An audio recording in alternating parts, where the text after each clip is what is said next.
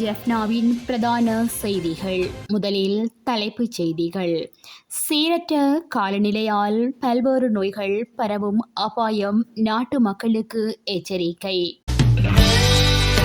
பாடசாலைகளுக்கான விடுமுறை தொடர்பில் கல்வி அமைச்சின் முக்கிய அறிவிப்பு. வாகன வருமான அனுமதி பத்திரம் வழங்குவதில் புதிய மாற்றம். இந்தியாவின் புதிய பிரதமருக்கு வாழ்த்து கூற டெல்லி செல்லும் ஜனாதிபதி ரணில் விக்ரமசிங்க. உக்ரைன் போர்க்களத்தில் மஹிந்தவின் முன்னாள் பாதுகாவலர் வெளியான செய்தி. இலங்கையில் நிலவும் தற்போதைய சீரற்ற காலநிலை காரணமாக பல்வேறு நோய்கள் பரவக்கூடிய அபாயம் காணப்படுவதாக சுகாதார அமைச்சு தெரிவித்துள்ளது. மக்களிடையே வயிற்றுப்போக்கு, தடுமல், வைரஸ் காய்ச்சல்கள் உள்ளிட்ட நோய்கள் பரவும் அபாயம் காணப்படுவதாக சிறுவர் நோய் தொடர்பான விசேட வைத்திய நிபுணர் தீபால் பெரேரா தெரிவித்துள்ளார். அசுத்தமான நீர் மற்றும் உணவுகளை பயன்படுத்துவதன் மூலம் இவை இலகுவாக பரவக்கூடும் என தெரிவித்துள்ளார். காய்ச்சல், வாந்தி பேதி, வயிற்றுப்போக்கு, வயிற்றுவலி மற்றும் மலத்துடன் இரத்தம் கசிதல் உள்ளிட்டவை இந்த நோய்களுக்கான அறிகுறிகளாகும்.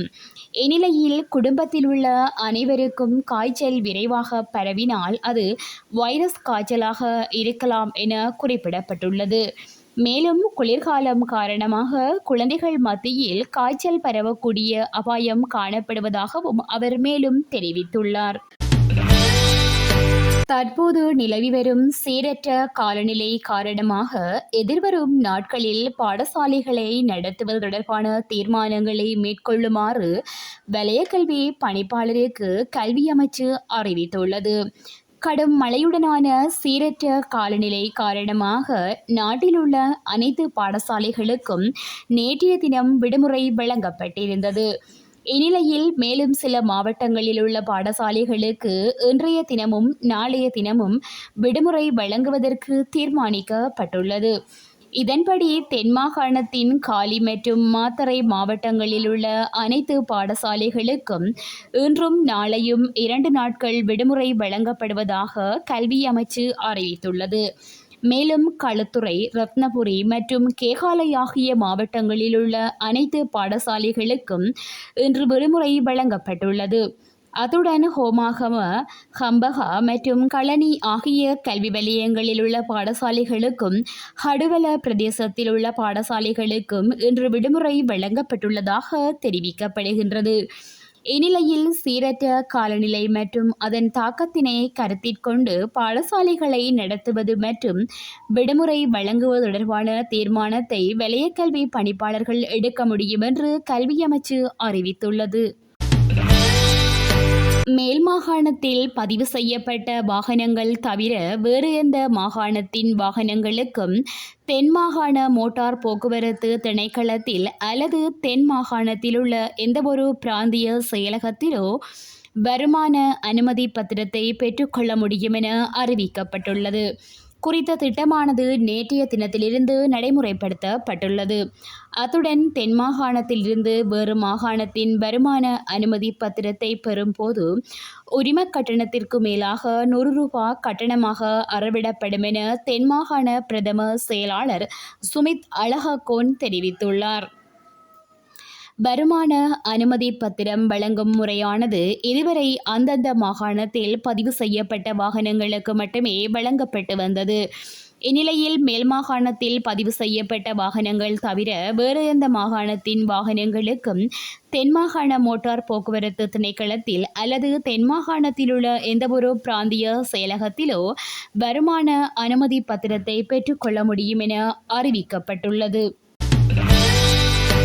இலங்கையின் ஜனாதிபதி ரணில் விக்ரமசிங்க 2 நாள் உத்தியோகபூர்வ விஜயத்தை மேற்கொண்டு எதிர்வரும் ஞாயிற்றுக்கிழமை இந்தியாவிற்கு செல்லவுள்ளதாக தெரிவிக்கப்படுகிறது. இந்தியாவின் தேர்தல் முடிவுகள் இன்றைய தினம் வெளிவரவுள்ள நிலையில் இந்தியாவின் புதிய பிரதமருக்கு நேரடியாக சென்று வாழ்த்து கூறும் வகையில் ஜனாதிபதி ரணில் விக்ரமசிங்க டெல்லி விஜயம் ஏற்பாடு செய்யப்பட்டுள்ளது. அதிபரின் இந்த விஜயமானது இரு நாடுகளின் உறவுகளின் வலுவான நிலையையும் இலங்கையின் பொருளாதார மீட்சியில் இந்தியாவின் ஒத்துழைப்புகள் இன்றியமையாத ஒன்று என்பதையும் எடுத்துக்காட்டும் வகையில் அமைந்துள்ளது. இந்திய தேர்தல் முடிவுகள் வெளிவரவுள்ள நிலையில் யார் ஆட்சி அமைத்தாலும் அந்த அரசாங்கத்துடன் ஒன்றித்து இருதரப்பு உறவுகளையும் வலுப்படுத்துதல் மற்றும் புதிய பொருளாதார இணைப்புகளை துரிதப்படுத்துதல் போன்றவற்றில் இலங்கையின் ஆர்வத்தை வெளிப்படுத்தும் வகையில் ஜனாதிபதி டெல்லி செல்கிறார். குறிப்பாக கோட்டாபய ராஜபக்ஷ தலைமைத்துவத்தின் கீழ் நாட்டில் ஏற்பட்ட அரசியல் பொருளாதாரம் பெரும் நெருக்கடியின் பின்னர் இலங்கைக்கு இந்தியா பல உதவி திட்டங்களை வழங்கியது. ஜனாதிபதி ரணில் விக்ரமசிங்க ஆட்சியை ஏற்றிருந்த போதும் கூட எரிபொருள் தட்டுப்பாட்டை சீரமைக்க முழு அளவில் இந்தியா உதவிகளை செய்தது. மேலும் உணவு, மருந்து மற்றும் உரம் என பொருளாதார நெருக்கடிகளை தவிர்க்கும் வகையில் பல உதவி திட்டங்களை இந்தியா வழங்கியது. அது மாத்திரமன்றி சர்வதேச அரங்கிலும் இலங்கைக்காக இந்தியா ஒத்துழைப்பு கோரியது. நெருக்கடியின் போது மாத்திரம் சுமார் 4 பில்லியன் அமெரிக்க டாலர் உதவி திட்டங்களை இந்தியா வழங்கியிருந்தது. எனினும் ரணில் விக்ரமசிங்க பதவியேற்று சுமார் 1 வருடத்தை கடந்த பின்னரே டெல்லி விஜயத்திற்காக அழைப்பு விடுக்கப்பட்டு ஜனாதிபதி ரணில் விக்ரமசிங்கவிற்கும் பிரதமர் நரேந்திர மோடிக்கும் இடையிலான சந்திப்பும் இடம்பெற்றது. இதன்போது இருதரப்பு ஒத்துழைப்புகள் மற்றும் பிராந்திய பாதுகாப்பு ஒத்துழைப்புகள் குறித்து கூடுதல் அவதானம் செலுத்தப்பட்டது. இந்நிலையில் இந்திய தேர்தலில் வெற்றி பெறும் தலைவருக்கு நேரடியாக சென்று வாழ்த்து கூறும் வகையில் ஜனாதிபதி ரணில் டெல்லி செல்லுகின்றமை குறிப்பிடத்தக்கது. இலங்கையில் 2009ஆம் ஆண்டு நிறைவுக்கு வந்த இறுதி யுத்தத்தின் பின்னர் மஹிந்த ராஜபக்ஷவின் மெய்ப்பாதுகாவலராக இருந்த இராணுவ அதிகாரியொருவர் தற்போது உக்ரைனுக்கு ஆதரவாக போரிட்டு வருவதாக தெரிவிக்கப்படுகிறது. சுமார் 2.5 ஆண்டுகளுக்கு மேலாக மஹிந்த ராஜபக்ஷவின் மெய்ப்பாதுகாவலராக இருந்த லஹிரு காவிந்த அசத்ருசிங்க என்பவரே உக்ரைனுக்கு ஆதரவாக போரிடுவதாக தெரிவிக்கப்படுகிறது. உக்ரைன் படையில் வெளிநாட்டினரை பிரதிநிதித்துவப்படுத்தும் 15 பேர் கொண்ட குழுவின் தலைவராக அவர் செயற்படுவதாக சுட்டிக்காட்டப்பட்டுள்ளது. அத்தோடு கொழும்பில் மூண்ட கோட்டாபய அரசிற்கெதிரான போராட்டத்தின் போது அப்போதைய பிரதமர் மஹிந்த ராஜபக்ஷவின் மெய்ப்பாதுகாவலராக அவர் பணியாற்றியுள்ளார். கடந்த 8 மாதங்களாக எந்தவொரு பாதிப்புகளுமின்றி போர்க்களத்தில் செயற்பட்டு வருவதாகவும் தான் ஒருபோதும் கூலிப்படையாக இணையவில்லை என்றும் தெரிவிக்கப்பட்டுள்ளது. மேலும் தனது முழு விருப்பத்தின் பேரிலே உக்ரைன் இராணுவத்தில் இணைந்து கொண்டதாகவும் எவ்வாறாயினும் இலங்கை இராணுவத்திலிருந்து தான் அதிகாரப்பூர்வமாக விலகவில்லை எனவும் அவர் தெரிவித்துள்ளமை குறிப்பிடத்தக்கது. இத்துடன் செய்திகள் நிறைவடைகின்றன. மேலதிக செய்திகளை தெரிந்து கொள்ள www.todayjefna.com என்ற இணையதளத்தினை பார்வையிடவும்.